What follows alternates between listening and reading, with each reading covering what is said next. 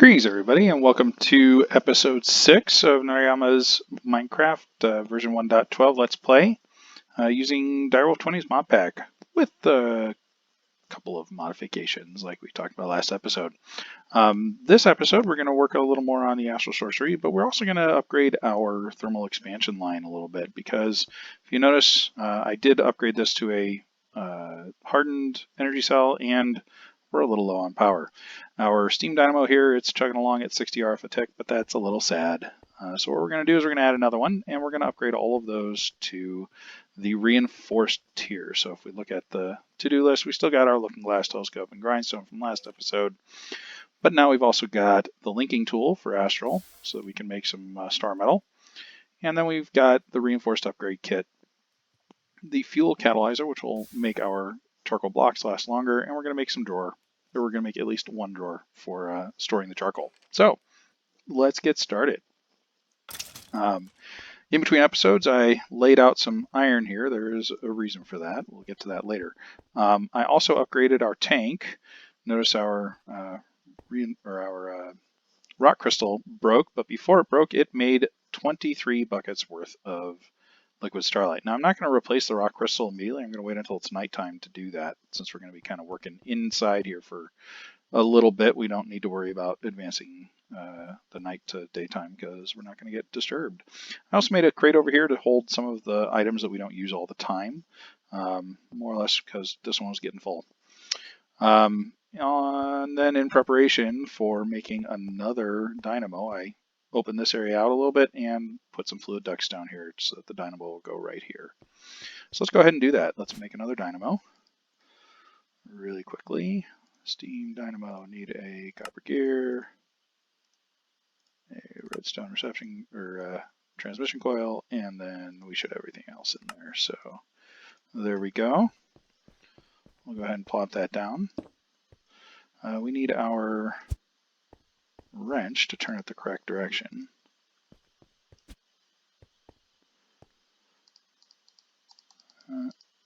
There we go. And notice it's already getting water from the aqueous accumulator below it. Now let's go ahead and make an upgrade for that. We've got some bronze and invar over here. I also made a bunch of hardened glass. So in between episodes I went down and picked up some more rock crystal and some more obsidian as well. So let's make a hardened upgrade kit.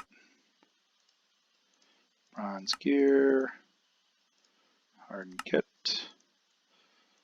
And then let's start making the, oh, I can't start making them because we need electrum. I forgot.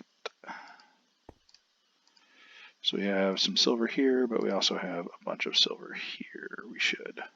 No? Me messing around with the stuff here. So input from the top, output, oops, output, okay. So it's going to cook up some silver for us. We need the silver to make electrum because the reinforced upgrade kits take 4 electrum ingots a piece and a silver gear. So I think we're actually going to need more silver than that. Let's get the rest of our silver and have it start cooking up. We don't need to upgrade everything immediately, but we do want to get some of these upgrades going. So, I'm going to wait until it has 32.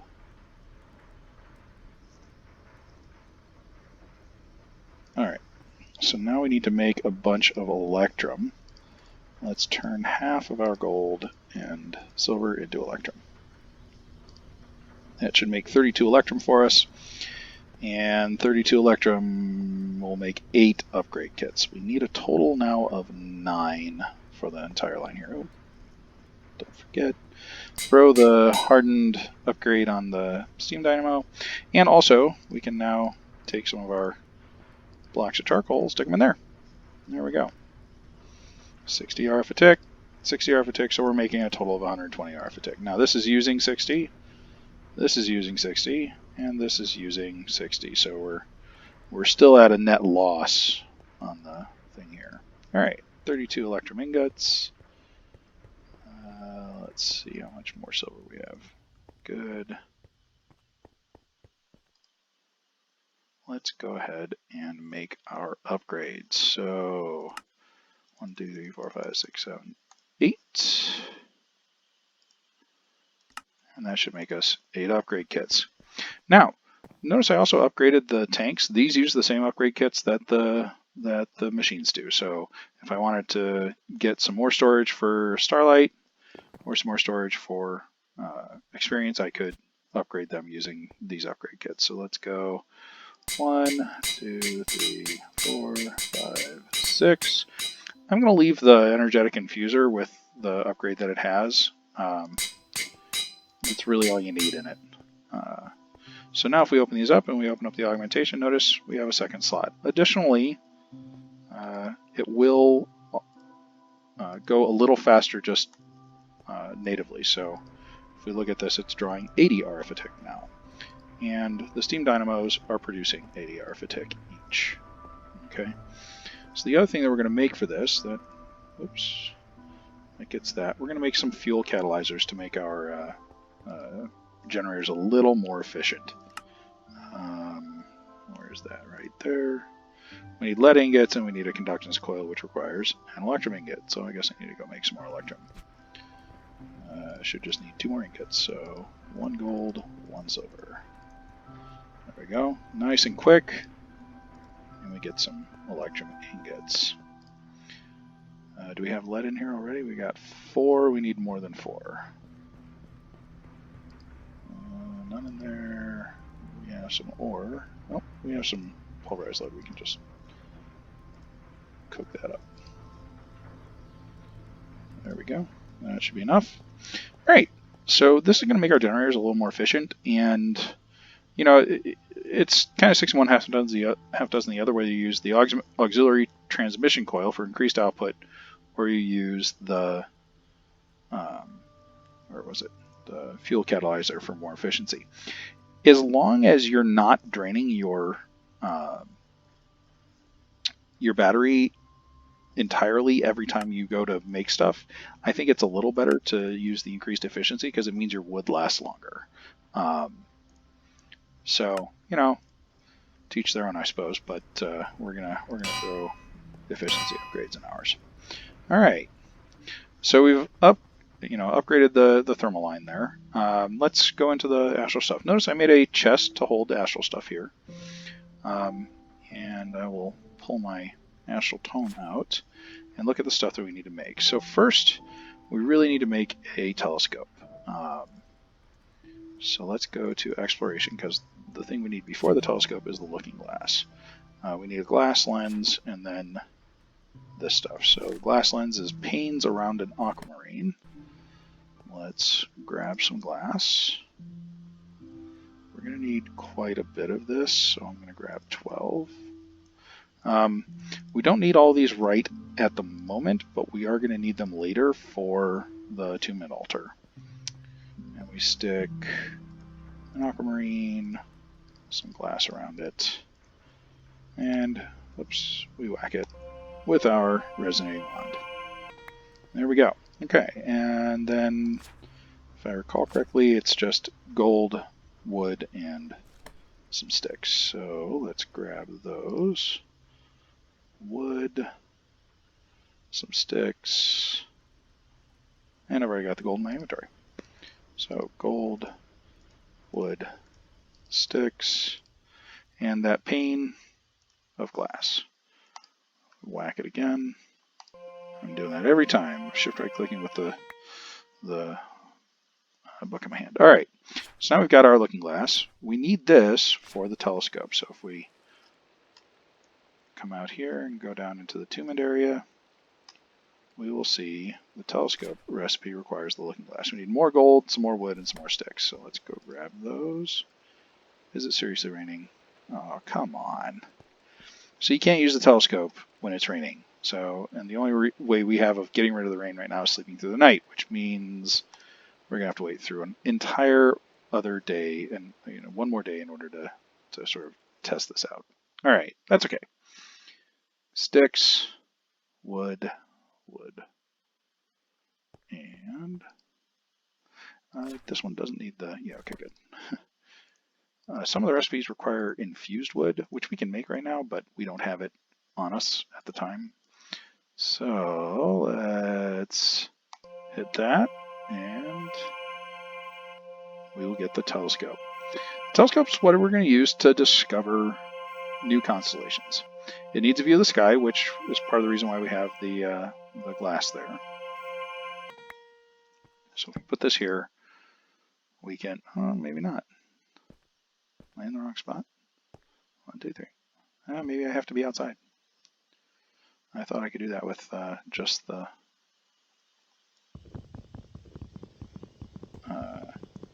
oops, there. So if it's working properly, it will show a blue sky during the day. So if we come up here, we just stick it up here. That's nice and blue. That's why I knew it wasn't working, because it showed black instead of a blue sky. All right, that's okay. We can come outside to use it. That means we probably want to light up that area fairly well. So let's grab some sticks. Let's grab some coal, make some torches, and light that area up. Now, one of the things I really like about Astral Sorcery is that it has an item in the constellation tier, which is the one after attunement, that basically is infinite torches. And there are a bunch of different mods that add sort of an infinite torch item. There's Thaumcraft with some stuff that lets you get flares that light things up. They're all over the place, but Astral Sorcery is really, really neat. It spawns little wisps. You can change the color of them, and the item has a secondary use, which is I placed all my torches already. Is this spot well lit? It is good. Let me turn that light level overlay off. Let's make some more sticks, some more torches. Astral Sorcery's secondary use actually makes blocks unbreakable. Now, you're probably thinking, what's really powerful about that? That's not that great. Obsidian is pretty close to unbreakable. They're really, who cares?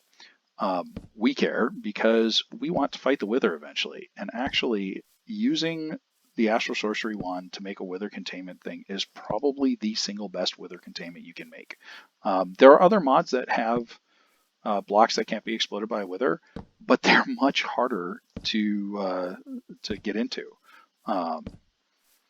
Environmental Tech has some of the blocks from Environmental Tech are unbreakable by the Wither, and that's a nice thing about them, but it takes, you're not going to get there until you're well into the mid game, almost to late game,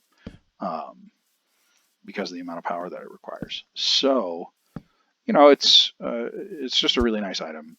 We're going to get that probably next episode, but until then, we'll muddle along with torches. All right, so we've got the telescope. We need a grindstone. Grindstone actually is one of the items early in Astral Sorcery, so we can go to, I think, Exploration. Second grindstone, there we go. So it's just 2 sticks, 2 wood, and any type of marble. I'm not going to use the grindstone yet.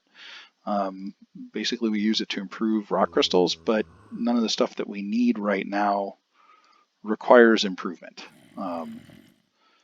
It's just a... actually, I can just use 2 of that wood. Yeah, so we don't care about the crystal properties yet. Once we start caring about the crystal properties, we will definitely be using this to improve it. It can be automated. It's not easy. But what's nice is you don't have to improve all of the crystals in order to get them to split. They don't have to be at their best cutting. They just have to be at their max size. And of course, you guys have no idea what I'm talking about. So rock crystals. If we look at the properties of rock crystal, it has 3 properties: size, purity, and cutting. You improve cutting on the grindstone. You improve size by placing the crystal in a pool of liquid starlight. Purity is one of the things that you can't improve just by doing something to the crystal. What you have to do is you have to let the crystal split. And crystals split when they are placed in a pool of liquid starlight and they're already at their maximum size. Each time it consumes the starlight, it has a chance of splitting if it's at max size. Now, when it splits, the purity of each of the basic crystals will improve slightly, usually maybe 1 or 2%. So you don't want to try and get max purity from a crystal that starts at 50%. You want to find one that's better. So if we look through here, 67, 83, there we go, 83. That would be a decent one to start with. 81%, not bad. We're not going to improve any of these anyway because we're going to wait until we can get celestial crystals. It is possible to get a 100% pure crystal from the start. If you are lucky enough to get that, it makes your life a lot easier. Otherwise, you have to basically go through a lengthy process of growing and splitting crystals until you find one with 100% purity. Why do we care? So, the things that care about the crystal properties are crafting lenses, cares about size and purity. Cutting, I'm not sure what cares about cutting. I think ritual crystals, the worse they're cutting, the more likely they are to shatter. So you want the best cutting you can get, and you can easily get up to 100% cutting. So if we let me demonstrate that really quickly. Let's find a decent sized crystal. Wow, none of these have any kind of decent cutting. I guess that one's probably the best. Well, we'll grab that one. Why not? So when you grind the crystal, you trade size for cutting. So right click to put it in there, right click to activate it, and then sneak and right click or shift right click to pull it out.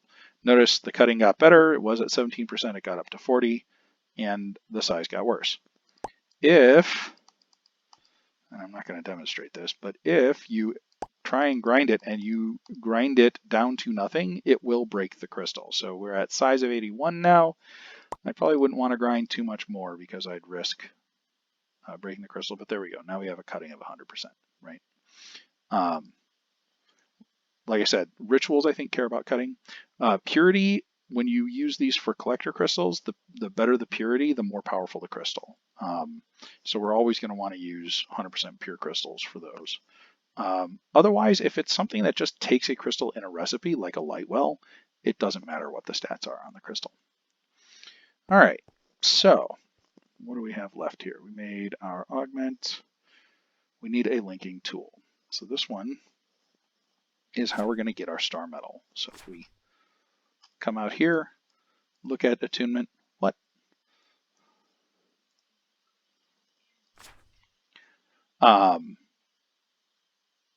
We need 2 aquamarine, 2 sticks, and 2 wood for our linking tool. Then we've got some sort of rock crystals. So we got our sticks, we need some wood. It's actual wood instead of planks. I think we need some more sticks as well. And then we need 2 aquamarine. I put the aquamarine over here. By the way, this is again why we're not using aquamarine in our light well, because you need it for a bunch of different recipes otherwise. All right, 2 wood and just 1 of the rock crystals. Sure, we'll use the 100% cutting one. Fun. All right, whack this with our wand and we get the linking tool. Linking tool is used to link collector crystals to other blocks. So the collector crystals that spawn in the world inside of the Astral Sorcery Temple will automatically link to an altar, but they won't link to anything else unless you tell them to. So you right click on the crystal, and then you right click onto the blocks, that you want to link to. And once again, we are very much appreciative of the particle effects that the Astral Sorcery creator made. They're excellent. It evenly divides the power, so if I were to only link this to one iron ore, it would transmute faster, and the transmutation happens faster at night. But what will happen eventually is these will turn into star metal ore. Then we can use our stuff to process the star metal. All right, it's nighttime, so we need to go up and use our telescope. What we want to do is we want to find the bright constellations. So there's 5 of them: Aevitas, Evorzio, Armara, Decidia, and Vixio. Now, we found out about these with those constellation papers that we picked up in the little chests that we sort of cannibalized as we were running to find the temple here. And what we can do is we can right-click on this, and what we're looking for is we're looking for large, bright stars like this. Now, I recognize VCO here, but sometimes it can be hard to see what it is. All you do is trace the lines. All right. And then here, here.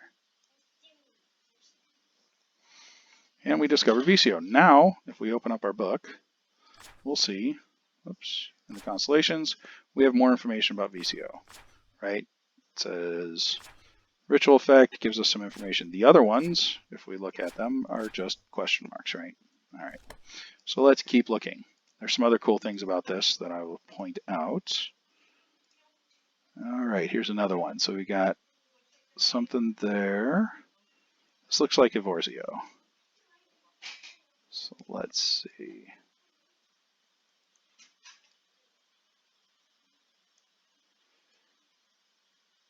This is the constellation we are going to attune to start our perks. And I'll get into that in a later episode. But Evorzio is all about breaking stuff. This is Armara.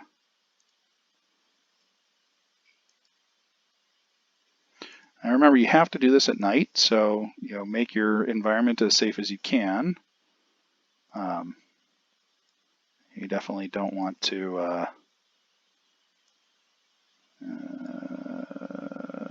there. Yeah, there we go.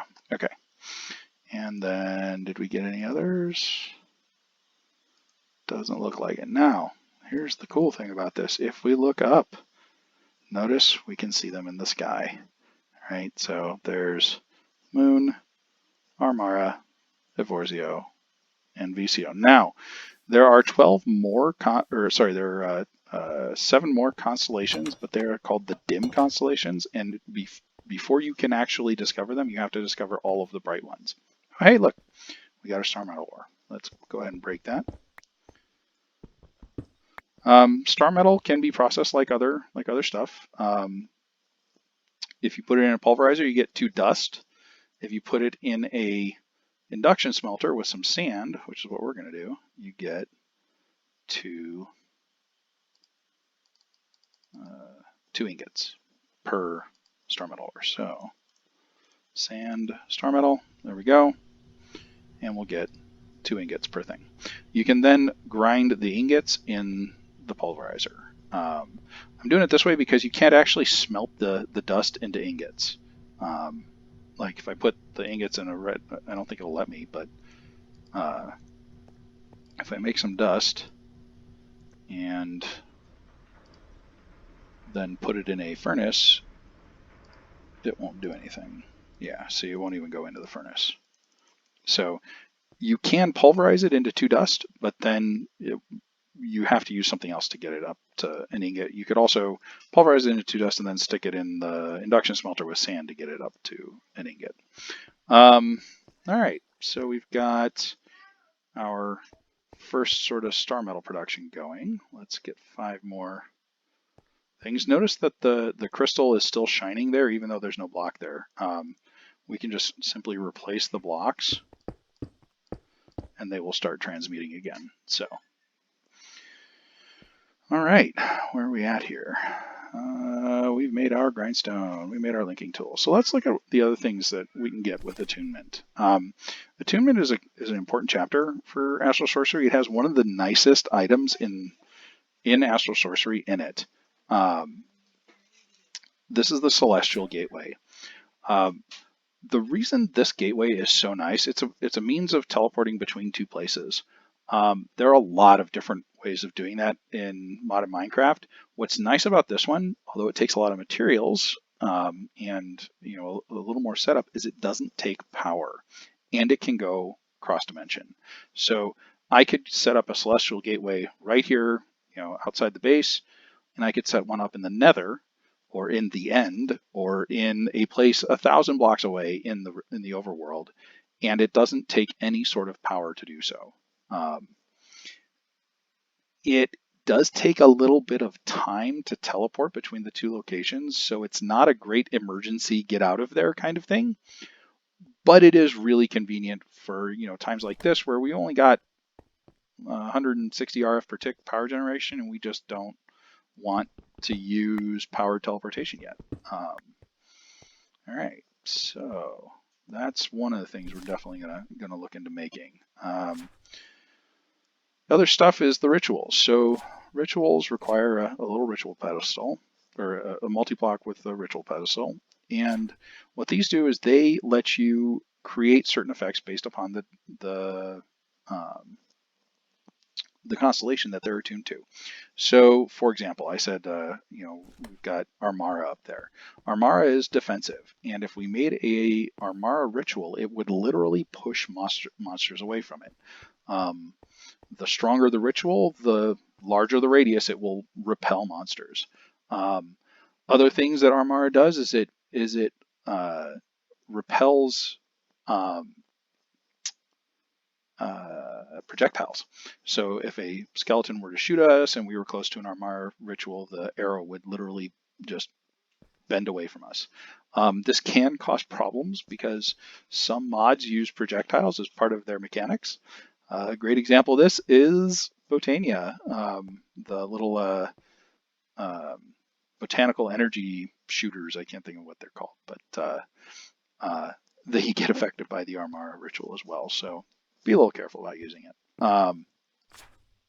Before we can set up rituals, we need to set up an attunement altar. So this is the big addition of this chapter is attunement. You can attune crystals and you can attune yourself. Once you attune yourself, a third tab will open up here called perks. Perks are some general bonuses that your character gets, which are really nice. There are a couple of things that depending on how you look at the game, are either a drawback or a necessary limitation. You are limited to 30 levels of perks. And there are many, many, many more than 30 perk things that you can unlock. So you really have to pick and choose. And a lot of the spots along the perk tree are like, make your existing perks stronger. So you can change this in the configs, and in certain games I've done that. You can raise it up to 100, and that's pretty overpowered. At 100 perk levels, you can get 4 health bars pretty quickly. You can get ridiculously strong attacks. You can get armor that's almost unbreakable. I mean, it's pretty OP. So I haven't done that for this run. We will keep it limited to 30, and we'll probably go along the health path once we've unlocked all 30 levels. So anyway, attunement. So we need an attunement altar, and then we need the multi-block. Now, that is to scale, so that altar is sitting on 225 blocks of sooty marble. This is a very large structure. Notice it says 19 by 6 by 19, more than a chunk wide. What you're going to do with this is you're basically going to set down some relays to mimic the constellations that are in the sky. So when this is all built and we have the relays down, you'll see, assuming that the constellation is in the sky, you'll see it beaming around on the black background there, which is really neat. And then you can place either a rock crystal or yourself on the attunement altar to attune to a particular constellation. All right. We're getting pretty close to the wrapping up point. Let's make the drawer for the charcoal really quick, and we'll call that good. Drawer. So drawers are a way of storing a single resource, but a lot of it. I guess I need some wood. Thought I had it. Oh, there we go. So we'll make a drawer. What this allows us to do is put, I think the basic one is 32 stacks worth of items in here. Of course.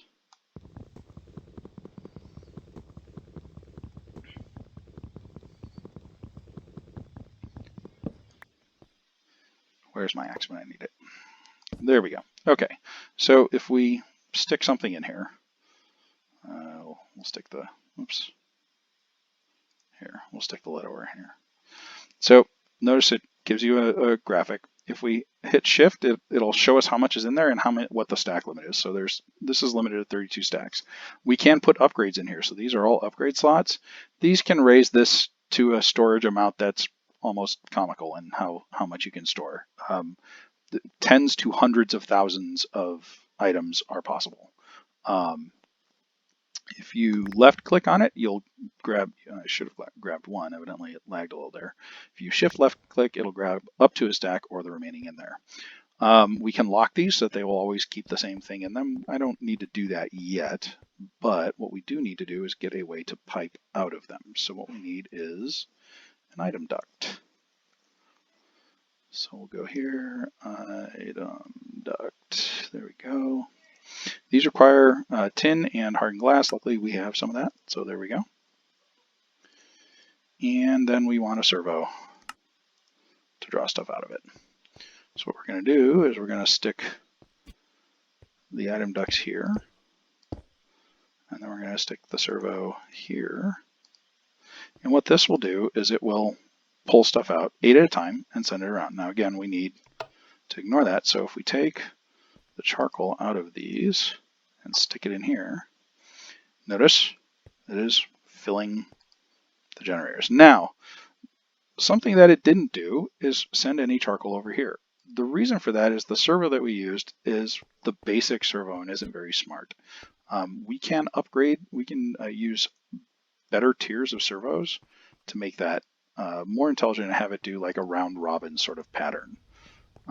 And I will actually do that. Well, let's see how hard it is to make one of these. A reinforced servo. We just need some iron nuggets and some electrum. Can we do that? We can if I get some electrum.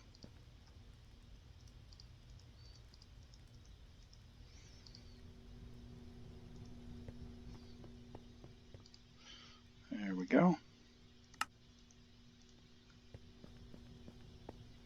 So let's, oops. I guess we have to pull the existing one off. Do I need my, hey, come back here. There we go.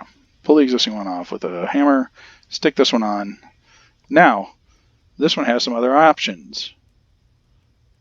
And this says nearest first. Let's do round robin, right? So it'll deliberately try and do each of them. Use organ dictionary, ignore mono order, that's fine. More advanced servos will have more options here. For example, some of the more advanced servos will not send something if the target inventory is full, which is really nice. So we will eventually get that. Let's grab our charcoal, make it into blocks, and show this off, and then we'll be done for the episode. Okay. So we stick that in there, and notice the first one went there. The second group should go over here. Oh, you know what? I didn't have enough in there. Oh well, I'll stick it in there manually. But this will allow us to basically supply the dynamos a little more intelligently. We can just stick the charcoal blocks in here, and that will be good. All right, folks, we made some great progress. We got the linking tool for the astral altar. We actually have the materials we need right now to go to the next tier if we wanted to. So all we need is the star metal ingot, the aquamarine, and some stardust, and we're good. And of course, the marble and stuff like that. I will probably do that as the first thing in the next episode, just to sort of show that off, because then we can start making celestial crystals and really developing the astral stuff a little more. One of the great things to get early in the game, if we can, is a Lucerna ritual. Lucerna is the light constellation, and if you make a ritual and power it with Lucerna crystal, it prevents mob spawns. And it prevents mob spawns in a fully powered ritual prevents mob spawns in, I think, a 360 block radius. So do the math on that. That's a lot of chunks. Yeah, it's really nice. All that and really you might think, well, Nariyama, you need mobs for their mob drops. Well, all it does is prevent passive spawns. We can still deliberately spawn mobs, so we can make like mob spawners and mob spawn farms and stuff like that, and still get mobs that way. Also, we can always run outside the radius. What it'll do is it'll make it nice and safe for us to go up and use our telescope, go outside, harvest other resources, all that good stuff. So it will also prevent mob spawns down in the mining caves. So, we won't have to worry about running into lots of mobs as we're running around caves trying to find resources. So really, really nice thing. Anyway, thanks for watching, and I will see you next time. Bye.